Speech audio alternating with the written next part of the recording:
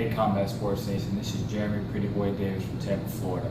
On June 18th, I'll be facing Don Shainis at the Memorial Hall in Plymouth, Massachusetts. When it comes down to the fight, I really don't pay attention to my opponents. I do watch film. I really just focus on myself and what I need to accomplish.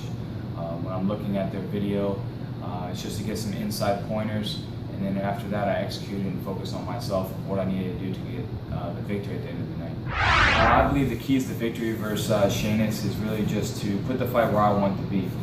If I'm executing first and being first in the fight and fighting when I want to fight, then I think at the end of the night my hand will be raised. I'm going in there to basically just put on a great show, put on a great performance for the fans out there in Plymouth, Massachusetts. And I'm heading into Shainis' backyard. I know he's going to have a crowd behind him. They're going to be definitely rooting for him because who won? He's an amateur champion, undefeated in the amateur rankings. I think it's pro debut, so I know he's going to have the crowd behind him. But I plan on coming out there, showcase my skill, and hopefully when my hands raised at the end, I have some Massachusetts fans. I played at the fight actually a lot in my head, just putting it in different aspects of the game, where it can go, if it's wrestling, jiu-jitsu, or stand-up. The visions that I've had are, of course, never losing, always winning and being victorious at the end of the night with my hand raised. But the one that's been really sitting with me well is that I get in and get out.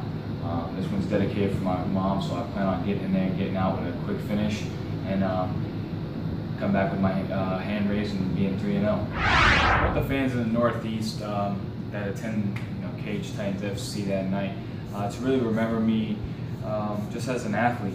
I'm coming in there to showcase my skill, and if they mention my name, that they all have great things to say about me. I'm a well-rounded fighter, respectful to all my opponents inside and outside the cage.